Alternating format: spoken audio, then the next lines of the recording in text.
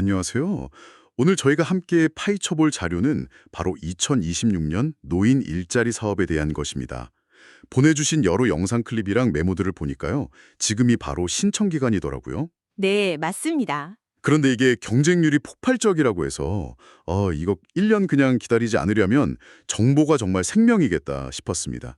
자, 그럼 이 자료들 속에 숨겨진 핵심 정보들 하나씩 제대로 한번 뜯어보겠습니다. 네, 이 사업이 단순히 어르신들께 일자리를 제공한다. 이걸 넘어서요. 소득 보전이라든지 또 사회적 관계 유지, 그리고 건강한 노년 생활이라는 더 큰 그림을 그리고 있거든요. 보내주신 자료들을 종합해 보니까 사업 종류부터 신청 방법, 또 내년에 달라지는 점까지 아주 상세하게 나와 있더라고요. 오늘은 이 정보들을 그냥 나열하는 걸 넘어서 그 변화 이면에 담긴 진짜 의미까지 함께 짚어보겠습니다. 좋습니다. 그럼 가장 먼저 이 노인 일자리 사업이라는 것의 큰 틀부터 잡고 가야 할 것 같아요. 자료를 보니까 크게 세 갈래로 나뉘던데 공익활동형, 사회서비스형, 그리고 민간형. 네, 맞습니다.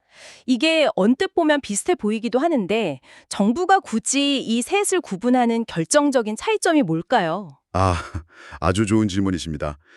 뭐랄까 철학적 차이를 이해하는 게 핵심이거든요. 첫 번째 공익활동형은 말 그대로 공익에 초점이 맞춰져 있습니다. 만 65세 이상 기초연금 수급자 어르신이 주 대상이고요. 어르신이 다른 어르신을 돌보는 노노케어나 등하길 안전지킴이처럼 지역사회에 봉사하는 개념이 강한 거죠. 아, 그래서 급여가 아니라 월 29만 원의 활동비를 받으시는 거고요.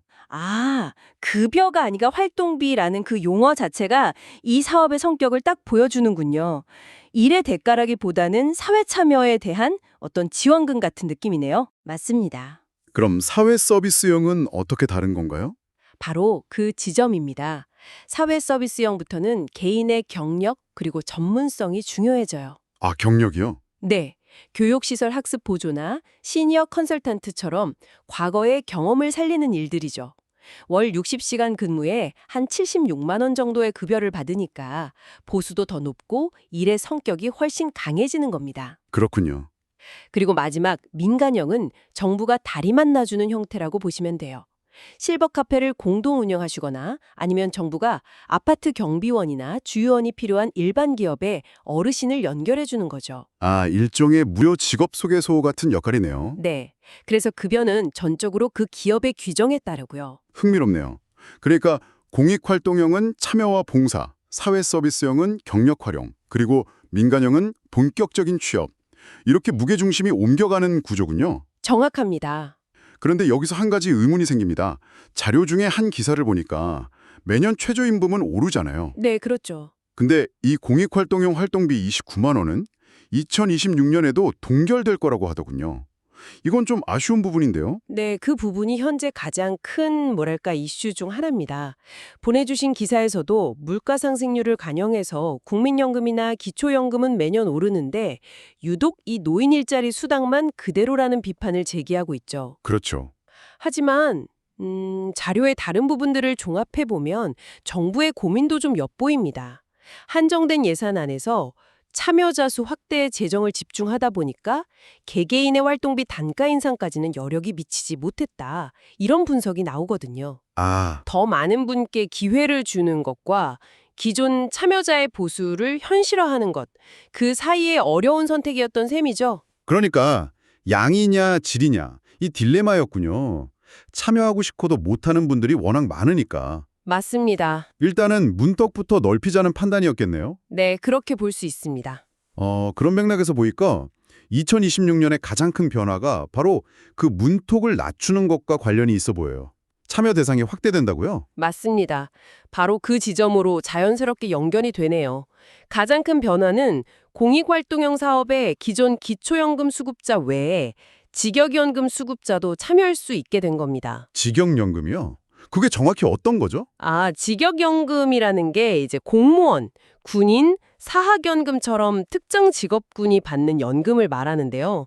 그동안은 이 연금을 받으면 기초연금 대상이 아니어서 공익활동형 사업에 참여하기가 어려웠거든요. 네네. 그런데 이제 일정 조건을 충족하면 그 문이 열리게 된 거죠. 더 많은 분들께 기회가 열리는 건 좋은 일이죠. 근데 보내주신 메모 중 하나에 이런 우려가 적혀 있었어요. 이렇게 참여 대상을 넓히면 가뜩이나 치열한 경쟁이 더 심해져서 정작 가장 소득이 절실한 기초연금 수급자 어르신들이 오히려 밀려나는 건 아닐까 하는 걱정이요. 자료에 이 부분에 대한 언급이 있었나요? 아, 네. 아주 날카로운 지적이십니다. 자료에서도 그 부분을 잠재적인 문제로 다루고 있습니다. 그래서 정부가 선발 기준에서 소득 인정액에 가장 높은 배점을 부여하는 방식을 유지하고 있어요. 소득 인정액이요? 네. 즉, 참여 희망자의 재산과 소득을 환산한 금액이 낮을수록 높은 점수를 받아서 우선적으로 선발될 확률이 높아지는 거죠. 아, 그렇군요. 제도가 바뀌도 하도 저소득층 우선이라는 기본 원칙은 지키겠다는 의도로 보입니다. 그렇군요. 안전장치는 마련되어 있다는 거네요. 네. 변화는 이뿐만이 아니죠. 완전히 새로운 일자리 8개가 생긴다는 소식은 정말 흥미로웠습니다. 자료를 보니까 이 일자리들이 단순히 수를 늘리는 걸 넘어서 지금 우리 사회에 꼭 필요한 역할들을 반영하고 있더라고요. 그렇습니다. 한국노인인력개발원이 선정한 이 8개의 신규 직무는 사회 변화의 흐름을 정확히 짚어내고 있습니다. 자료에 따르면 크게 몇 가지 유형으로 묶어볼 수 있어요. 첫째는 새로운 사회 안전망 역할을 하는 직무들입니다. 대표적인 게 대상을 수상했던 고독사 예방 게이트키퍼죠. 아, 그 고독사 예방 게이트키퍼라는 이름이 정말 와닿았어요. 이게 단순히 일자리를 만드는 걸 넘어서 되게 심각한 사회 문제를 해결하려는 시도잖아요. 맞습니다. 어르신들이 직접 고독사 위험군을 발굴하고 복지 서비스랑 연결해준다. 이 발상 자체가 굉장히 의미 있어 보입니다. 네. 같은 맥락에서 베리어프리 문화행동 도우미는 장애인이나 노약자의 문화생활 접근성을 높여주고요. 외국인 정착 지원 도우미는 다문화 가정의 적응을 돕는 등 기존 복지 시스템이 미처 다 채우지 못하는 틈새를 시니어의 경험과 연륜으로 메우겠다는 전략이 보입니다. 그런가 하면 금융이나 디지털처럼 전문성을 요구하는 분야도 눈에 띄더군요. 시니어 금융 강사 같은 역할이요. 한 영상 자료에서는 저축만으로 자산 관리가 어려운 시대에 꼭 필요한 일자리다 이렇게 강조하던데 이건 어떤 분들을 대상으로 하는 걸까요? 주로 퇴직 후에 금융 지식이 필요한 다른 시니어들을 대상으로 합니다. 퇴직연금 관리법이나 금융사기 예방법, 은퇴 후 자산 설계 같은 실질적인 교육을 제공하는 거죠. 아, 시니어가 시니어에게 알려주는 거군요. 네. 특히 금융권 퇴직자처럼 관련 경력이 있는 분들이 자신의 전문성을 사회에 환원할 좋은 기회가 될 수 있습니다. 잠깐만요. 건강의료 서비스 매니저 같은 역할도 있던데 이건 거의 전문 의료 지식이 필요해 보이는데요. 혹시 자료에 어떤 분들이 이 역할을 맡게 되는지 아니면 별도의 교육 과정이 있는지 이런 내용이 있었나요? 네. 좋은 질문입니다. 자료에 따르면 이 직무들은 주로 간호사, 물리치료사 같은 관련 경력을 가진 은퇴 인력을 우선적으로 선발한다고 합니다. 아, 역시 경력자를 뽑는군요. 네. 그리고 선발된 후에도 보건소 등과 연계해서 직무에 필요한 최신 정보나 상담 기법에 대한 보수 교육을 필수로 이수해야 하고요. 단순한 봉사가 아니라 전문성을 기반으로 한 준전문가를 양성하겠다. 이런 목표가 뚜렷합니다. 알겠습니다. 자, 이제 가장 중요한 실전편으로 넘어가 보죠. 이 좋은 일자리에 도대체 어떻게 신청해야 할까요? 자료를 보니 온라인, 오프라인 두 가지 방법이 있는데 각각 함정이 있는 것 같습니다. 먼저 가장 중요한 신청 기간부터 확실히 짚어주시죠. 네, 전국 동시 모집 기간은 2025년 11월 28일부터 12월 26일까지 약 한 달입니다. 한 달. 하지만 여기서 가장 큰 함정은 이걸 우리 동네의 기간이라고 생각하면 안 된다는 겁니다. 아, 그게 다를 수 있군요. 네, 한 자료에 따르면 작년 경기도 군포시는 딱 3일만 신청을 받았다고 해요. 3일이요? 와. 그만큼 지역별 편차가 크기 때문에 11월 말이 되면 내가 사는 지역의 공고를 거의 매일 확인하는 습관이 중요합니다. 정말 정신 바짝 차려야겠네요.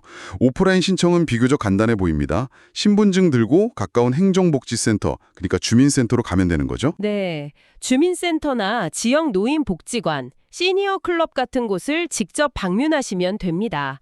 자료들에서 공통적으로 조언하는 건 어디로 가야 할지 헷갈리면 일단 무조건 동네 주민센터부터 찾아가서 노인 일자리 신청하러 왔습니다. 라고 문의하는 게 가장 빠르고 정확한 길이라는 겁니다. 좋습니다. 문제는 온라인 신청인데요. 노인 일자리 여기라는 웹사이트를 이용하라고 되어 있는데 이게 생각보다 직관적이지 않다는 지적이 많더라고요. 맞아요. 저만 해도 그냥 홈페이지 들어가서 검색창에 서울시 노원구 쳤다가 아무것도 안 나오면 아직 공고가 안 떴나 보다 하고 창을 닫아버릴 것 같거든요. 바로 그 지점이 많은 분들이 포기하게 되는 데스밸리입니다. 여기서 자료에 나온 가장 확실한 온라인 신청 꿀팁을 알려드려야겠습니다. 이건 정말 중요한데요. 오, 꿀팁이요? 네, 포털에서 노인 일자리 여기를 검색해서 홈페이지에 들어간 다음 절대로 메인 화면의 검색창을 쓰지 마세요. 아, 검색창을 쓰지 말라고요? 그게 핵심이군요. 그럼 어디로 들어가야죠? 홈페이지 상단 메뉴를 보시면 전국 수행기관이라는 버튼이 있습니다. 전국 수행기관. 네, 그걸 클릭하는 게 첫 단계입니다. 일자리를 직접 찾는 게 아니라 그 일자리를 주관하는 기관을 먼저 찾는 거죠. 아하, 거기서 내가 사는 지역, 예를 들어 서울시 노원구를 검색하면 그 지역에서 실제로 사업을 관리하고 공고를 올리는 공능종합사회복지관이나 노원 시니어클럽 같은 기관들의 목록과 연락처가 전부 나옵니다. 와, 이건 정말 꿀팁이네요. 그러니까 그 기관들 홈페이지에 직접 들어가서 최신 공고를 확인하거나 아니면 아예 전화를 걸어서 물어보는 게 가장 확실한 방법이다. 이 말씀이시군요. 정확합니다. 이 순서 하나를 아느냐 모르느냐가 신청의 성패를 가르겠습니다. 맞습니다. 이 방법이 현재로서는 온라인으로 가장 정확한 최신 정보를 얻는 거의 유일한 길이라고 자료들은 강조하고 있습니다. 자, 오늘 정말 많은 정보를 살펴봤습니다. 결국 이 모든 정보가 의미하는 건 노인 일자리 사업이 단순한 용돈벌이를 넘어서 사회와 계속 연결되고 건강한 삶의 리듬을 만드는 중요한 기회라는 거겠죠. 네, 그렇습니다. 하지만 작년 공익형 일자리의 경우 자격이 돼서 신청해도 절반은 탈락할 만큼 경쟁이 치열하다고 하니까요. 오늘 저희가 분석해드린 것처럼 정보를 얼마나 빠르고 정확하게 파악하느냐가 정말 중요하겠습니다. 맞습니다. 이 사업에 참여하신 분들은 뭐 소득 증가뿐만 아니라 건강 증진, 우울감 해소, 또 삶의 만족도 향상 같은 긍정적인 효과를 경험한다고 하거든요. 오늘 저희가 자료들을 깊이 있게 뜯어본 내용이 여러분이나 혹은 여러분의 부모님께서 그 소중한 기회를 잡는데 실질적인 나침판이 되었으면 합니다. 오늘 우리는 현재의 일자리와 2026년에 새로 생길 직무들을 살펴봤습니다. 여기서 한 걸음 더 나아가서 이런 질문을 던져보면 어떨까요? 앞으로 5년, 10년 뒤에 지금보다 더 전문적이고 디지털에 익숙한 시니어 세대가 등장했을 때 과연 어떤 새로운 형태의 시니어 직무가 필요하게 될까요? 그리고 미래의 시니어들은 단순히 주어진 일자리에 참여하는 것을 넘어서 시니어 워크의 미래를 스스로 만들어가기 위해 지금 어떤 역량을 준비해야 할까요? 이 질문을 여러분께 남겨드리며 오늘 탐구는 여기서 마치겠습니다. 부모님이나 혹은 자신의 미래를 생각하면서 노년층 주거 옵션을 이렇게 알아보다 보면요. 머리가 막 복잡해지기 시작하죠. 네. 어떤 집은 저렴하긴 한데 아무 서비스가 없고 또 어떤 곳은 좋아 보이는데 조건이 너무 까다롭고 그렇잖아요. 맞아요. 용어도 너무 비슷하고요. 네, 맞아요. 그래서 오늘 여러분이 공유해 주신 한국토지주택공사 LH랑 보건복지부 자료들을 바탕으로요. 한군의 고령자 주거지원 제도의 그 안개를 한번 싹 걷어보겠습니다. 좋습니다. 임대주택부터 복지시설까지 이름은 비슷한데 속은 완전히 다른 이 제도들의 핵심이 뭔지 또 정확히 누구를 위한 건지 한번 깊숙이 파고 들어보죠. 네. 오늘 우리가 들여다볼 이 세 가지 옵션은요. 사실 노년의 삶에 무엇이 가장 필요한가? 이 질문에 대한 서로 바른 대답이라고 볼 수 있습니다. 아, 다른 대답이요? 네. 첫 번째는 고령자 매입 임대주택인데 이건 저렴한 비용으로 살던 곳에서 계속 머물 수 있게 해주는 데 초점을 맞췄고요. 두 번째는 고령자 복지주택. 이건 이제 주거 문제에 더해서 식사나 건강관리 같은 서비스를 패키지로 제공하는 거고요. 아, 패키지요? 그리고 마지막은 노인 주거 복지시설. 좀 더 체계적인 돌봄이랑 공동체 생활 환경을 제공하는 모델이죠.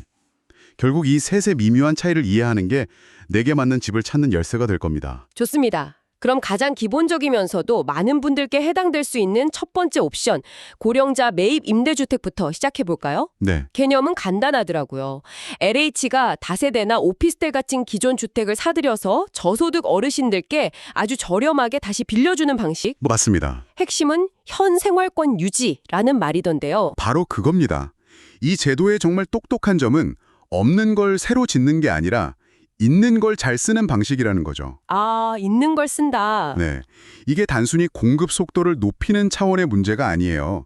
수십 년간 살아온 동네, 단골 가게, 매일 마주치는 이웃들, 이 모든 사회적 자산을 그대로 유지하면서 주거비 부담만 덜어주는 거거든요. 와, 도시 전체를 막 재개발하지 않고도 필요한 곳에 복지망을 촘촘하게 만드는 일종의 도시 침술 같은 그런 정책적 접근법인 셈이죠. 도시 침술이라니 비유가 아주 그냥 확 와닿네요.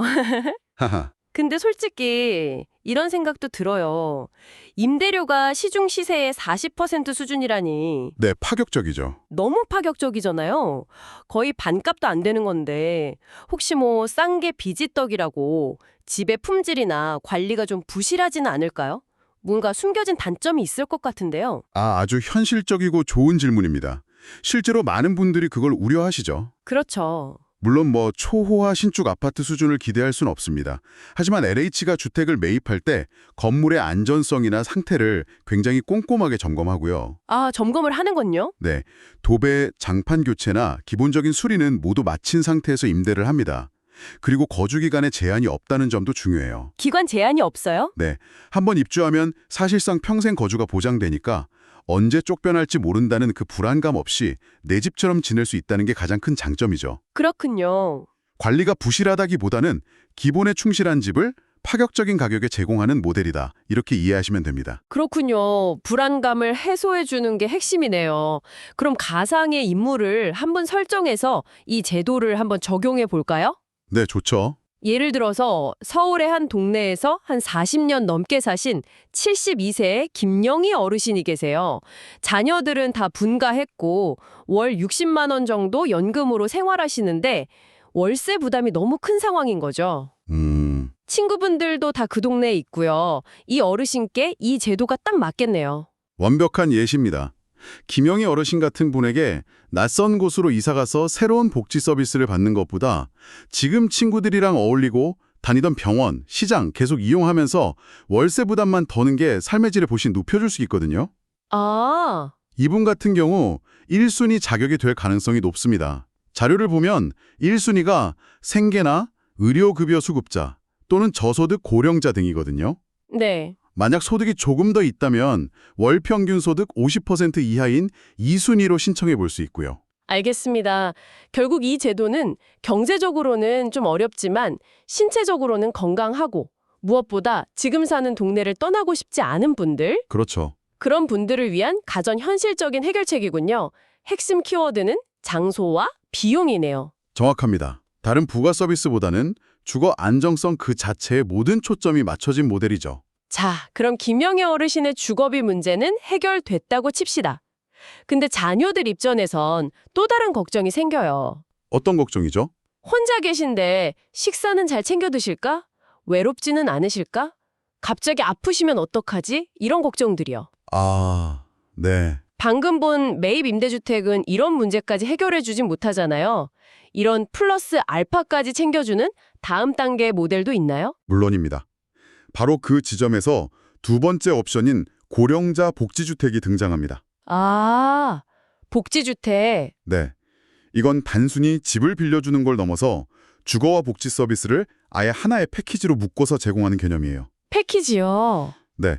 저렴한 공공임대주택 건물하고 사회복지관을 한 단지 안에 합쳐놓은 거죠. 노년기에 접어들면 주거, 건강, 고립감 같은 문제들이 복합적으로 나타나는데 이걸 한 공간에서 동시에 해결하려는 아주 적극적인 모델입니다. 주거 플러스 알파. 흥미롭네요. 그 알파라는 게 구체적으로 어떤 건가요? 그냥 단지 안에 경로당 하나 있는 그런 수준은 아닐 것 같은데요. 훨씬 체계적이죠. 우선 집 자체부터가 어르신 맞춤형이에요. 문턱을 없앤 무장애 설계는 기본이고요. 아, 무장애? 네, 화장실이나 복도에 안전 손잡이가 다 설치돼 있습니다. 심지어 싱크대 높낮이까지 조절할 수 있게 설계된 곳도 있어요. 와, 싱크대 높낮이까지요. 네, 이런 사소한 디테일이 일상의 질을 바꾸거든요. 하지만 진짜 핵심은 단지 내 복지관에서 제공하는 서비스입니다. 어떤 것들이 있죠? 물리치료사가 상주하는 건강관리실, 저렴한 가격에 식사를 제공하는 식당, 그리고 다양한 취미나 여가활동 프로그램이 매일같이 운영되죠. 와, 상상만 해도 편리하네요. 아침에 일어나서 굳이 밥 차릴 걱정 없이 식당 가서 이웃들이랑 식사하고 오후에는 건강 체크 한번 받고 저녁에는 뭐 노래교실 같은 데 참여하고 그렇죠. 하루가 외로울 틈이 없겠어요. 맞습니다. 고립될 권리가 없다고 농담처럼 말할 정도니까요. 하하, 하지만 여기서 중요한 선택의 지정이 발생합니다. 어떤 거죠? 이 모든 편의를 누리려면 보통 새로운 단지로 이사를 가야 하거든요. 아, 전국 어디든 공고가 나면 신청할 수 있다는 장점이 있지만 반대로 말하면 수십 년 살아온 동네를 떠나야 할 수도 있다는 뜻이죠. 이게 혹시 어르신들께 또 다른 형태의 고립감을 주진 않을까요? 모든 게 갖춰진 그들만의 세상에 사는 느낌이 들 수도 있을 것 같은데요. 그러네요. 그 점이 바로 이 모델의 가장 큰 장점이자 동시에 개개인에 따라 단점이 될 수 있는 부분입니다. 일종의 트레이드 오프죠. 트레이드 오프. 내가 수십 년간 쌓아온 동네의 사회적 관계망을 포기하는 대신 안전하고 편리하며 새로운 사회적 관계를 맺을 수 있는 패키지 환경을 선택하는 겁니다. 그래서 이 모델은 기존 생활권에 대한 애착이 덜하거나 혹은 약간의 이동을 감수하더라도 종합적인 돌봄과 편리함을 더 중요하게 생각하는 분들께 훨씬 더 매력적인 선택지가 됩니다. 그렇군요. 선택의 문제네요. 그럼 이곳에 들어가려면 자격 조건은 어떤가요? 매입 임대주택보다는 조금 더 까다로울 것 같은데요? 네, 기준이 좀 더 구체적입니다. 2025년 기준으로 보면 만 65세 이상 무주택 세대 구성원이어야 하고요. 네. 소득은 도시근로자 월평균 소득의 50% 이하여야 합니다. 1인 가구 기준으로 월 234만 원 정도죠. 234만 원? 네, 그리고 총 자산은 2억 5,500만 원 이하, 자동차는 3,680만 원 이하여야 하고요. 최장 30년까지 거주할 수 있으니 안정성 면에서는 부족함이 없습니다. 30년. 마이홈 포털이나 LH 청약 플러스 홈페이지 공고 수시로 확인하는 게 중요합니다. 알겠습니다. 지금까지는 이제 LH가 공급하는 공공임대주택의 두 가지 유형을 살펴봤네요. 네, 근데 자료를 보다 보니까 노인 주거복지 시설이라는 것도 있더라고요. 네. 우리가 흔히 말하는 양로원이나 실버타운 같은 것들이 여기에 포함되던데 이건 앞서 말한 두 가지와는 완전히 다른 개념인가요? 네, 바로 그 지점을 구분하는 것이 오늘 논의에서 가장 중요하다고 할 수 있습니다. 아, 그래요? 앞서 본 두 가지는 주택법에 근거한 집입니다. LH와 임대차 계약을 맺는 거죠. 아, 집? 하지만 지금부터 다를 노인주거복지시설은 노인복지법에 따라 운영되는 시설입니다. 시설이요? 네, 법적 근거부터 다르기 때문에 운영 주체, 입소 방식, 제공하는 서비스의 성격까지 모든 게 달라집니다. 아, 임대계약이 아니라 입소계약이라는 말씀이시군요. 그렇죠. 그래서 접근 방식도 다른 거군요. 시설이라고 하니 종류가 여러 가지던데요. 양로시설, 노인 공동생활가정, 노인복지주택. 뭐가 다른 건가요? 양로시설은 우리가 흔히 생각하는 그 양로원의 개념이고요. 노인 공동생활가정은 9명 이하의 어르신들이 가정 같은 분위기에서 함께 사는 소규모 그룹홈 형태입니다. 아, 그룹홈. 네. 그리고 노인복지주택이 바로 우리가 흔히 실버타운이라고 부르는 독립된 주거 공간과 다양한 편의시설을 갖춘 것이죠. 네네. 이들은 단순히 집을 빌려주는 게 아니라 식사 제공, 건강관리, 여가 프로그램 운영 등 생활 전반을 지원하고 관리하는 훨씬 더 적극적인 돌봄 체계를 갖춘 생활 환경으로 들어가는 개념입니다. 그렇군요. 그런데 제 주변 어른 한 분이 이런 시설을 알아보고 계시는데 거기 들어가면 내 맘대로 할 수 있는 게 하나도 없고 너무 답답하지 않을까 이런 걱정을 하시더라고요. 아무래도 시설이라는 단어가 주는 어감 때문인 것 같은데 실제로는 어떤가요? 개인의 독립성이 많이 제한되나요? 굉장히 중요한 포인트입니다. 그래서 입소 자격에 일상생활에 지장이 없는 분이라는 단서가 붙는 겁니다. 아, 일상생활에 지장이 없어야 한다. 네, 이 시설들은 24시간 의료 서비스나 요양보호가 필요한 분들을 위한 곳이 아니에요. 그런 분들은 노인의료복지시설, 즉 요양원으로 가셔야죠.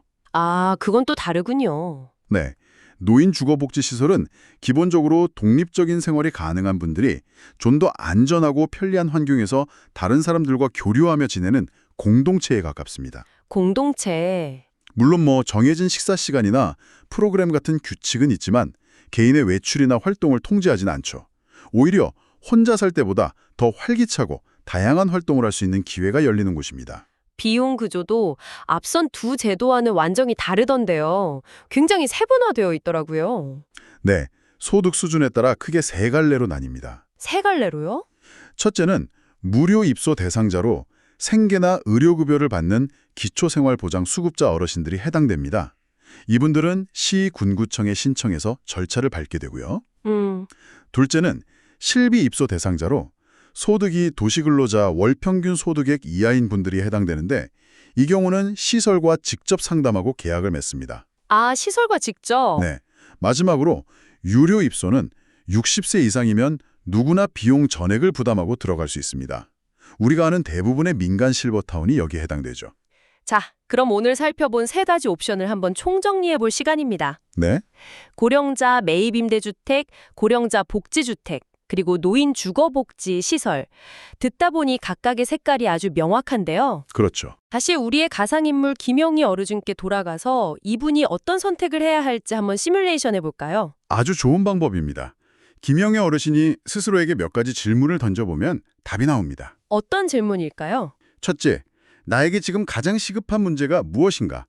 만약 답이 다른 건 다 괜찮은데 월세가 너무 부담돼.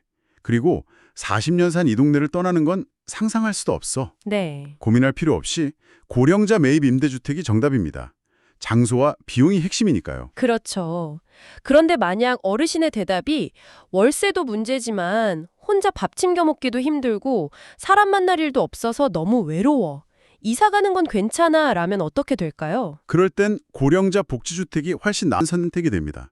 이건 주거 플러스 알파의 개념이죠. 아, 플러스 알파. 익숙한 동네를 떠나는 작은 희생을 감수하는 대신 식사, 건강, 교류라는 훨씬 더 큰 패키지를 얻는 겁니다.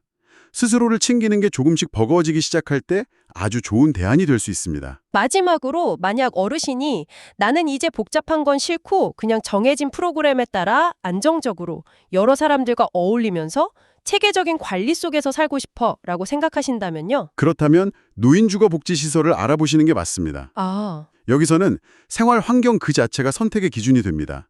단순히 집을 구하는 걸 넘어서 특정 철학과 프로그램을 가진 하나의 공동체에 합류하는 개념이죠. 그렇군요. 비용도 무료, 실비, 유료로 다양하니 본인의 경제 상황에 맞춰 양로시설이나 노인복지주택 등을 선택할 수 있고요. 결국 이 세 가지는 장소 중심, 패키지 중심, 프로그램 중심이라는 세 가지 다른 가치를 대변하는 셈입니다. 장소, 패키지, 프로그램. 와, 정말 명쾌한 정리네요. 하하. 결국 내가 맞는 제도를 찾으려면 내가 지금 어떤 상태이고 앞으로 어떤 삶을 살고 싶은지 스스로에게 먼저 질문을 던져보는 게 시작이군요. 그렇습니다. 어떤 제도가 무조건 더 좋고 나쁜 것은 없습니다. 각자의 필요와 가치관, 건강 상태에 맞는 최적의 선택이 있을 뿐이죠. 오늘 이 정보들이 여러분 자신 혹은 부모님을 위한 최적의 선택을 하는데 좋은 나침반이 되었으면 합니다. 오늘 우리는 고령자를 위한 세 가지 주요 주거 지원 제도를 깊이 파고들어 봤습니다. 각기 다른 필요를 채워주기 위해 아주 정교하게 설계되어 있었네요. 네, 이 옵션들을 검토하면서 우리가 던져야 할 진짜 질문은 어떤 집이 비어 있는가 이게 아니라 지금 나에게 또는 우리 부모님께 어떤 종류의 지원과 환경이 가장 필요한가 일 겁니다. 그렇죠. 재정적 안정인가요? 편리한 서비스와 사회적 연결인가요? 아니면 체계적인 돌봄이 있는 공동체인가요? 네, 이 제도들은 저렴한 주거, 공동체, 돌봄이라는 노년기의 핵심적인 필요에 우리 사회가 어떻게 대응하고 있는지를 잘 보여줍니다. 여기서 한 걸음 더 나아가 이런 질문을 던져볼 수 있을 것 같아요. 앞으로 우리 사회는 어르신들이 단순히 어딘가에 머무는 공간을 제공하는 것을 넘어 이런 제도적 틀 안에 있든 밖에 있든 상관없이 각자의 자리에서 계속해서 자신의 경험과 지혜를 나누며 성장하고 기여할 수 있는 도시와 공동체를 어떻게 만들어가야 할까요? 아, 이것이 아마 우리 모두에게 남겨진 더 큰 과제일 겁니다. 안녕하세요. 12월 첫 주말인데 와, 이제 정말 스웨터 하나로는 어림도 없는 날씨가 됐네요. 네, 맞아요. 날씨가 갑자기 확 추워졌어요. 다들 그래서 이제 옷장에서 가장 두꺼운 외투는 다 꺼내셨을 텐데 근데 이게 그냥 겉옷만 챙겨 입는다고 우리 몸의 겨울 준비, 이른바 월동 준비가 끝나는 건 아니더라고요. 그렇죠. 사실 진짜 중요한 싸움은 우리 몸 안에서 그리고 우리가 가장 많은 시간을 보내는 실내 공간에서 벌어지고 있으니까요. 아, 네. 겨울철 건강관리는 단순히 추위를 막는 걸 넘어서서 뭐랄까 보이지 않는 위협으로부터 우리 몸이라는 요새를 지키는 그런 종합 방어 작전에 가깝습니다. 몸이라는 요새를 지키는 방어 작전. 와, 비유가 딱 맞네요. 네. 그래서 오늘은 여러분의 그 성공적인 방어 작전을 위해서 저희가 JW 중해제약 그리고 대한민국 정책브리핑, 질병관리청에서 내놓은 자료들을 아주 샅샅이 분석해봤습니다. 네네. 이 자료들 속에서 정말 쓸만한 핵심 정보, 그러니까 여러분의 요새를 철통같이 만들어줄 필승 전략만 저희가 쏙쏙 골라왔습니다. 자, 그럼 우리 몸의 성벽부터 한번 점검해 볼까요? 좋습니다. 겨울이 되면 어김없이 찾아오는 첫 번째 침략군이 바로 감기랑 독감이잖아요. 그렇죠. 저도 매년 독감 예방주사를 맞는데도 꼭 한두 번은 감기에 걸려서 이거 주사 효과가 있는 건가 싶을 때가 있었거든요. 근데 자료들을 보니까 제가 완전히 다른 두 개의 전쟁을 하나로 착각하고 있었더라고요. 아, 그거 정말 많은 분들이 헷갈려 하시는 부분인데 아주 중요한 지점이에요. 네. 자료에 따르면요. 우리가 맞는 독감 백신은 인플루엔자 바이러스라는 아주 특정 적군을 막기 위한 뭐랄까 정밀 유도 미사일 같은 겁니다. 특정 타겟만 노리는. 맞습니다. 그런데 감기는 200가지가 넘는 다양한 바이러스, 말하자면 온갖 잡졸들이 일으키는 소규모 국지전 같은 거죠. 와, 200가지요? 네. 그러니 독감 백신을 맞았다고 해서 이 200여 종의 감기 바이러스까지 다 막아주지는 못하는 거예요. 아하, 그러니까 독감 백신은 폐렴 같은 치명적인 합병증을 일으킬 수 있는 대장급 빌런을 막는 데 집중하는 거고 그렇죠. 자잘한 감기는 여전히 개인 방어, 즉 위생 관리에 달렸다는 거군요. 바로 그겁니다. 자료에서 JW 중해제약이 백신 접종 시기를 11월까지 마치라고 강조하던데 이것도 뭔가 전략적인 타이밍이랑 관련이 있겠네요. 정확합니다. 백신이라는 무기를 지급받아도 우리 몸의 군대가 그걸 익숙하게 다루는 일종의 훈련 기간이 필요하거든요. 아, 훈련 기간요? 네, 그게 약 2주 정도 걸립니다.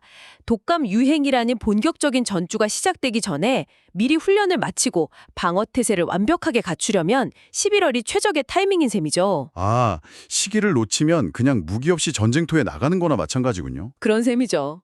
바이러스라는 외부의 적을 막는 것도 중요하지만 요새 내부 환경이 무너지면 정말 속수무책이잖아요. 특히 겨울철 난방 때문에 건조해진 실내 공기. 이게 우리 호흡기의 방어 시스템을 무력화시킨다는 내용이 아주 인상 깊었어요. 네, 그 부분이 정말 중요합니다. 우리 코와 기관지 점막은요, 항상 촉촉한 상태를 유지하면서 외부 바이러스나 먼지를 걸러내는 일종의 해자, 모트 역할을 하거든요. 해자요? 성을 둘러싼 물길 같은 거요? 네, 맞습니다. 그런데 실내가 건조해지면 이 해자가 바싹 말라버리는 거예요. 그럼 어떻게 될까요? 아, 바이러스 군대가 아무 저항 없이 성벽까지 그냥 쳐들어오겠네요? 바로 그겁니다. 그래서 오늘 본 모든 자료들이 하나같이 실내 습도를 40%에서 60% 사이로 유지하라고 목소리를 높이는 겁니다. 와, 해자가 말라버린다는 비유를 들으니까 확 와닿네요. 그럼 가습기를 틀거나 젖은 수건을 널어두는 게 그냥 쾌적하자고 하는 게 아니라? 그렇죠. 우리 몸의 최전방 방어선을 지피는 아주 중요한 군사활동이었던 거죠. 외출할 때 마스크 쓰는 것도 찬 공기가 직접 기관지를 공격하는 걸 막아주는 방패 역할이고요. 바로 그겁니다. 바이러스 방어는 결국 빈틈을 주지 않는 것이 핵심이에요.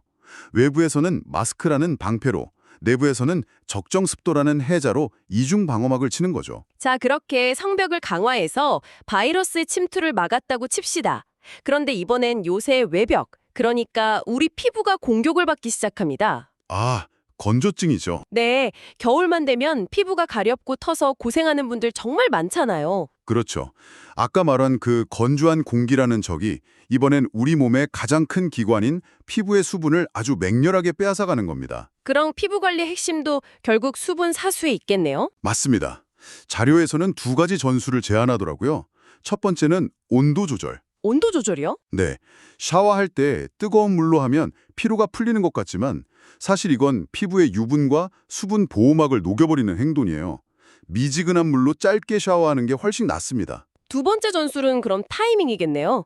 제가 샤워하고 나서 물기 대충 닦고 TV 보다가 로션 바르려고 하면 이미 피부가 막 당기기 시작하더라고요. 맞아요. 그게 바로 골든타임을 놓친 겁니다. 골든타임? 샤워 직후 물기가 살짝 남아있을 때 3분 안에 보습제를 발라야 해요. 피부에 남은 물기가 증발하면서 원래 있던 수분까지 같이 앗아가기 전에 보습제로 코팅해서 수분을 딱 가둬버리는 거죠. 아, 결국 실내 습도를 유지하는 게 우리 호흡기의 해자를 지키는 동시에 피부라는 외벽이 갈라지지 않게 지키는 이중 효과를 내는 셈이네요. 그렇죠. 일석이조인 셈이죠. 그리고 겨울철에 어르신들이 아이고 삭신이야 하시는 말씀 있잖아요. 이게 그냥 기분 탓이 아니라는 것도 자료를 보고 알았어요. 요새 내부기계, 즉 관절이 삐걱거리기 시작하는 거잖아요. 네, 맞아요. JW 중해제약 자료에서 아주 재밌는 비유를 하더라고요. 우리 관절을 문의 경첩이라고 한번 생각해 보세요. 문의 경첩이요? 네, 날씨가 추워지면 경첩에 칠해진 윤활유가 뻑뻑하게 굳는 것과 똑같은 현상이 우리 몸에서 일어납니다. 기온이 낮아지면 혈액순환이 더뎌지고 관절 주변 근육이랑 인대가 수축하면서 관절액도 굳어버리는 거죠. 아, 그러니 삐걱거리고 아플 수밖에 없겠군요. 네, 마치 추운 아침에 자동차 시동 걸면 엔진 내열이 필요한 것과 같은 원리네요. 그래서 아침에 일어나자마자 가벼운 스트레칭으로 관절이라는 기계를 서서히 깨워주는 게 중요하다고 강조하는 거군요. 네. 밤새 굳어있던 관절에 이제 움직일 시간이야 하고 신호를 보내주는 거죠. 근데 여기서 중요한 건 절대 무리하면 안 된다는 겁니다. 아, 그렇죠. 꽁꽁 언 경첩을 힘으로 억지로 열려고 하면 부서지기 십상이잖아요. 실내에서 할 수 있는 요가나 가벼운 근력 운동으로 관절의 유연성을 꾸준히 관리해주는 게 추운 날 갑자기 야외에서 격렬하게 운동하는 것보다 훨씬 안전하고 효과적입니다. 자, 그럼 지금까지 나온 이야기들을 바탕으로 우리 몸이라는 요새를 지키기 위한 겨울철 작전 수행 매뉴얼을 한번 정리해보죠. 네, 좋습니다. 첫 번째, 보급 및 장비 문제입니다. 바로 옷차림이죠. 두꺼운 옷 하나보다 얇은 옷 여러 겹이 낫다는 건 이제 거의 상식인데 질병관리청 자료에서 제가 무릎을 탁 친 부분이 있었어요. 어떤 부분이죠? 벙어리 장갑이 일반 장갑보다 보온에 훨씬 효과적이라는 거예요. 전 그냥 디자인 차이인 줄 알았거든요. 하하, 그게 아주 과학적인 원리가 숨어 있습니다. 정말요? 손가락들이 각자 흩어져 있으면 자기 체온만으로 추위를 버텨야 하지만 벙어리 장갑 안에서 함께 모여 있으면 서로의 체온을 나누면서 온기를 훨씬 효과적으로 유지할 수 있는 거죠. 일종의 체온 공동체를 형성하는 셈이에요. 와, 체온 공동체 재밌네요. 모자를 쓰는 것도 마찬가지겠군요. 그렇죠. 우리 몸의 열기가 빠져나가는 가장 큰 통로가 머리인데 모자로 그 굴뚝을 막아버리는 효과가 있는 거고요. 여기서 체감온도 개념도 짚고 넘어가야 할 것 같아요. 기온이 영하 5도인데 바람이 불면 체감온도는 영하 15도까지 떨어진다고 하잖아요. 맞아요. 그게 바로 바람이 우리 피부 표면에 따뜻한 공기층을 계속해서 훔쳐가기 때문입니다. 아, 온기 도둑이네요, 바람이. 네. 그래서 모자나 목도리는 단순히 멋이 아니라 이 온기 도둑인 바람을 직접적으로 막아서 체온 손실을 최소화하는 가장 효과적인 방어 장비인 셈이죠. 두 번째 매뉴얼, 식량 보급입니다. 면역력을 위해 비타민C가 풍부한 음식을 먹는 건 좋은데 여기서 정말 위험한 착각이 하나 있더라고요. 어떤 거죠? 술에 술 한잔하면 몸이 확 풀리고 따뜻해지는 느낌. 저도 가끔 그런 유혹에 빠지는데 자료들은 절대 아니라고 경고하고 있었어요. 그건 우리 몸이 보내는 아주 기만적인 신호입니다. 아주 위험해요. 기만적인 신호요? 네. 우리 몸은 추울 때 핵심 장기를 보호하기 위해서 피부 근처 혈관을 수축시키거든요. 그래서 따뜻한 피를 몸 안쪽 깊숙이 보냅니다. 이게 정상적인 방어 시스템이에요. 네네. 그런데 알코올이 들어가면 이 시스템을 강제로 무력화시키고 혈관을 확장시켜버립니다. 아, 그럼 따뜻한 피가 피부 쪽으로 확 몰리니까 잠깐 따뜻하게 느껴지는 거군요. 하지만 그건 결국 결국 우리 몸의 가장 소중한 자산인 중심 체온을 피부를 통해서 대기 중으로 그냥 내다버리는 행위입니다. 와, 비상발전기를 돌려서 파티 조명을 켜는 꼴이죠. 잠깐의 따뜻함을 위해서 생명 유지에 필요한 열을 낭비하는 거라 저체온증의 위험이 훨씬 커집니다. 정말 위험한 거였네요. 네, 차라리 따뜻한 물이나 생강차를 마셔서 몸 속부터 데우는 게 훨씬 현명한 전략입니다. 세 번째, 기지 관리입니다. 실내 환경이죠. 아까 습도는 40에서 60%로 맞추라고 했고 권장 실내 온도가 18도에서 20도라고 해서 솔직히 좀 놀랬어요. 18도면 춥잖아요. 아마 대부분의 가정이 그럴 거예요. 저희 집도 그렇고요. 저희 집 온도계는 항상 24도를 가리키고 있는데 말이죠. 여기서 핵심은 공간을 데울 것인가, 사람을 데울 것인가의 문제입니다. 난방을 세게 해서 공기 전체를 덮이면 그만큼 공기는 건조해지고 우리 호흡기와 피부는 공격받게 되죠. 아, 하지만 온도를 18도에서 20도로 유지하고 대신 내복이나 가벼운 겉옷을 입어서 사람을 직접 데우는 게 에너지 효율 면에서도 우리 몸의 건강 면에서도 훨씬 이득이라는 겁니다. 그리고 환기. 춥다고 문을 꽁꽁 닫고 지내는 게 얼마나 위험한지도 다시 한번 깨달았어요. 네, 그건 오염된 공기와 바이러스로 가득 찬 통조림 안에 스스로를 가두는 것과 같아요. 통조림이라니. 네, 정책브리핑과 질병관리청 자료 모두 하루 최소 3번, 10분 이상은 꼭 환기하라고 강조합니다. 특히 질병관리청의 팁이 아주 구체적인데 대기오염 물질이 지상에 깔려있는 이른 아침이나 늦은 저녁은 피하고 오전 10시에서 저녁 7시 사이에 맞바람이 치도록 양쪽 창문을 열어두는 게 가장 효과적이라고 하더군요. 와, 아주 구체적인 팁이네요. 네. 결국 오늘 살펴본 모든 자료들을 꿰뚫는 하나의 원칙이 보이네요. 겨울철 건강관리는 단순히 두꺼운 외투라는 겉성벽 하나에만 의존하는 게 아니라는 것. 그렇죠. 체온 유지, 면역력 관리, 그리고 실내 환경 조성이라는 이 세 개의 톱니바퀴가 서로 맞물려 돌아가는 입체적인 방어 시스템을 구축하는 것. 이게 핵심이군요. 맞습니다. 예를 들어서 실내 환경이 너무 건조하면 환경, 호흡기 점막이 약해져서 면역력, 바이러스에 쉽게 감염되고요. 네. 감염되면 열이 나면서 체온 조절 시스템이 또 무너지죠. 체온. 이 세 가지 톱니바퀴 중에 어느 하나라도 삐걱거리면 전체 방어선이 무너질 수 있습니다. 자, 이렇게 우리 몸의 요새를 지키는 법에 대해 깊이 파고들어 봤는데요. 마지막으로 여러분이 한번 생각해 볼 만한 질문을 하나 던져드리고 싶어요. 네. 오늘 저희는 주로 바이러스나 건조함 같은 물리적인 위협에 대해 이야기했잖아요. 그런데 한 자료에서 짧아진 낮길이라는 구절이 스치듯 지나갔습니다. 혹시 겨울의 짧은 햇빛과 줄어든 야외 활동이 여러분의 마음이라는 지휘본부에는 어떤 영향을 미치고 있나요? 우리가 몸의 월동 준비를 하듯 마음의 건강을 위한 나만의 월동 준비는 무엇이 될 수 있을지 한 번쯤 고민해 보시면 어떨까요? 오늘 저희가 함께 살펴볼 자료는 2026년부터 한국의 복지제도가 어떻게 크게 바뀌는지에 대한 여러 기사와 영상들입니다. 이게 단순히 몇 가지 수당이 오르는 수준이 아니라 뭐랄까 대대적인 시스템 업데이트 요구 같아요. 어르신부터 청년, 또 아이 키우는 가정까지 거의 모든 세대의 삶에 직접적인 영향을 미칠 변화들이 담겨 있더라고요. 그래서 오늘 저희의 목표는 간단합니다.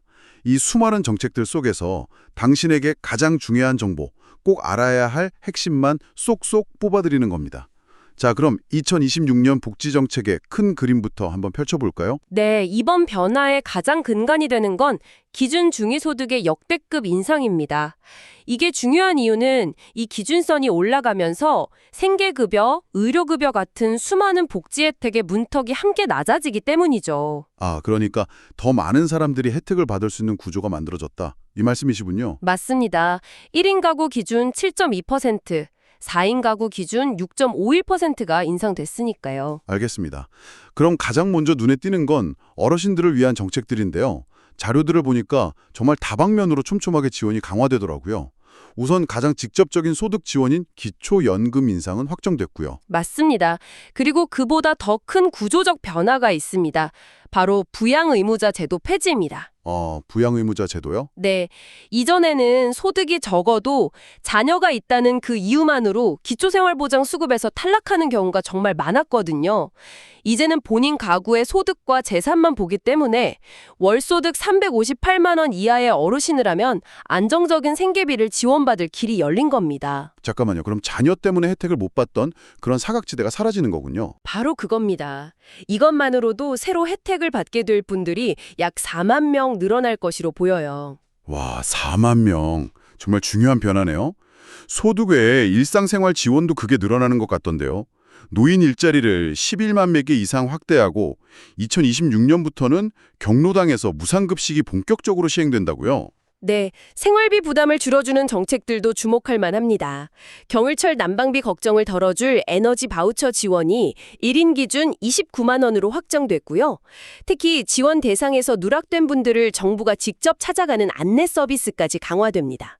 직접 찾아가기까지 하는군요. 네, 건강한 먹거리를 위한 농식품 바우처도 지원 대상이 확대되고 지원금도 월 4만 원에서 6만 원으로 오르고요.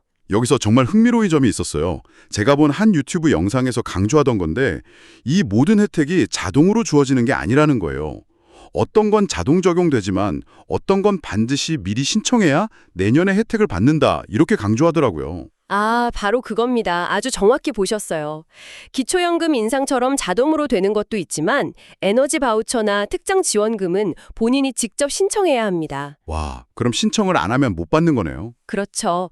그래서 연말이 가기 전에 내가 받을 수 있는 혜택이 무엇인지 또 신청이 필요한지 미리 확인하는 게 매우 중요합니다. 알겠습니다. 자, 이제 청년 세대로 넘어가 볼까요? 이번 개편에서 가장 주목받는 건 단연 청년 미래 적금인 것 같아요. 기존의 청년 희망 적금이나 청년 도약 계좌가 좀 복잡했는데 이걸로 통합되는 거죠. 네, 훨씬 단순하고 대상이 넓어졌습니다. 만 19세에서 34세, 연소득 6천만 원 이하 청년이라면 누구나 가입할 수 있습니다. 월 최대 50만 원을 저축하면 정부가 납입액의 6%, 그러니까 3만 원을 추가로 지원해 주는 거예요. 와, 매달 50만 원 넣으면 53만 원이 쌓이는 거네요. 특히 중소기업에 다니는 청년은 지원금이 2배로 확대된다고 하니 이건 정말 실질적인 혜택이겠어요? 네, 자산 형성뿐만 아니라 주거 안정도 중요한 축입니다.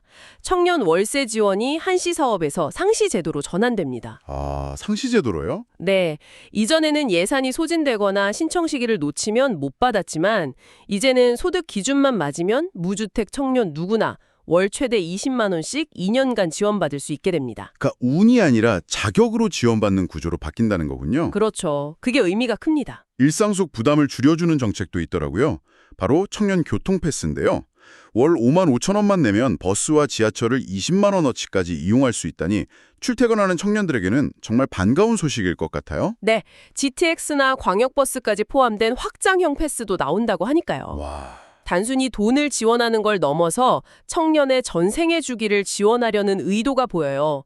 장기 미취업 청년에게는 맞춤형 훈련이랑 월 60만 원의 구직수당을, 자발적 퇴사자에게도 생애 한 번은 구직급여를, 또 취업 후에는 근속장려금을 지원하고요. 정말 촘촘하네요. 네, 문화생활을 위한 청년 문화패스도 확대돼서 창작지원금으로 최대 900만 원까지 지원합니다. 자, 이번엔 아이 키우는 가정을 위한 소식입니다.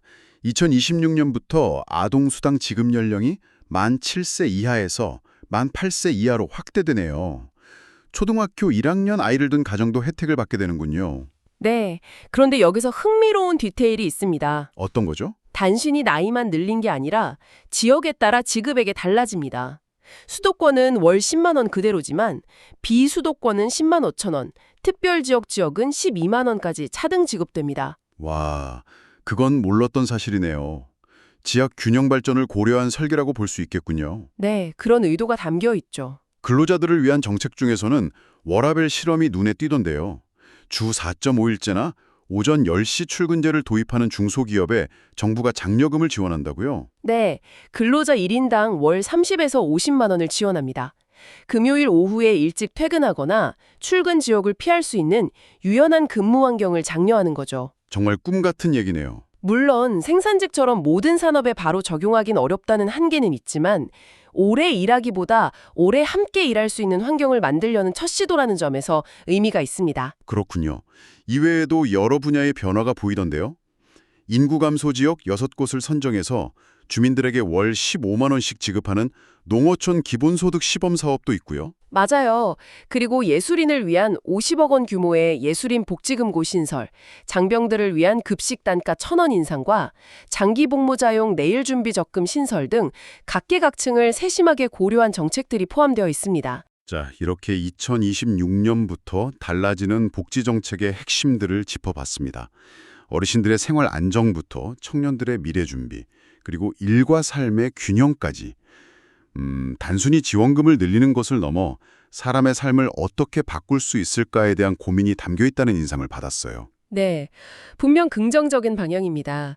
다만 제도가 많아진다고 해서 모든 문제가 해결되는 것은 아니죠. 어떤 문제가 있을까요? 복잡한 신청 절차나 현실과 맞지 않는 기준으로 인해 실제 필요한 사람이 혜택을 받지 못하는 경우는 여전히 존재하거든요. 좋은 제도가 오래 유지되려면 효율적인 운영과 지속 가능한 재정에 대한 사회적 합의가 반드시 필요합니다. 그렇군요. 그래서 이게 다 무슨 의미일까요? 이 모든 변화의 흐름 속에서 당신께 마지막으로 던지고 싶은 생각거리는 이것입니다. 이러한 복지 확대가 국가가 나에게 해주는 것에서 그치는 것이 아니라 우리 사회가 함께 만들어가는 안전망이 되려면 앞으로 우리에게는 어떤 논의와 역할이 더 필요할까요? 이 질문을 마음속에 품고 오늘 얻은 정보를 통해 당신의 삶에 필요한 변화를 적극적으로 찾아 나서시길 바랍니다.